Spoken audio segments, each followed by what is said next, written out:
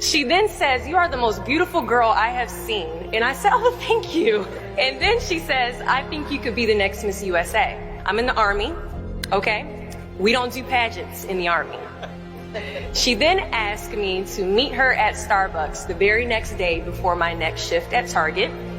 And apparently I was a pretty open-minded 19-year-old because I actually agreed to meet her the very next day. The next day she brought this foot-tall stack of pageant books and proceeds to convince me to enter into a state pageant. So 3 months later, I compete in my first pageant and I lose.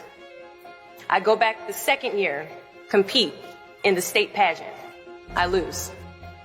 Go back the third year, compete in the state pageant and lose.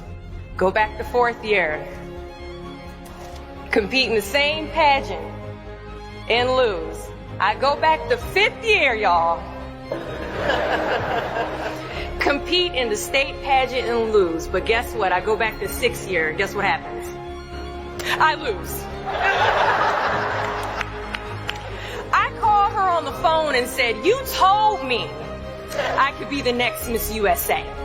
And she says, "Deshauna, keep working, don't quit, keep going back." And in June of 2015, she passes away from leukemia. 6 months later, in December 2015, I win Miss District of Columbia, USA. And 6 months after that, in June of 2016, I become the first soldier to win Miss USA. At times, our purpose drops in our laps as if the heavens threw it by accident. I ask only one thing of you all today after you leave this building. Do not fear failure, but please be terrified of regret. Giving up is the birth of regret.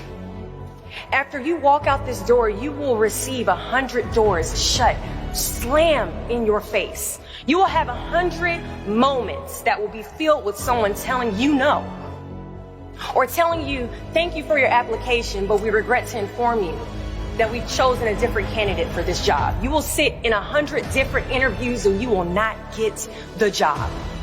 The reality of life is that we will all hear more no's than we hear yeses. And we will fail a lot, and I mean a whole lot.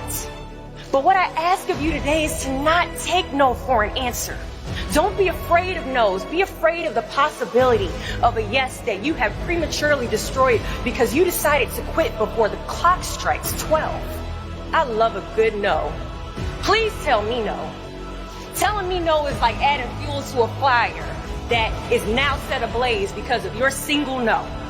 So today I challenge you to fight, to work, to not stop here, to believe so heavily in your aspirations that you too will not fear the word no, but instead you will choose to welcome it.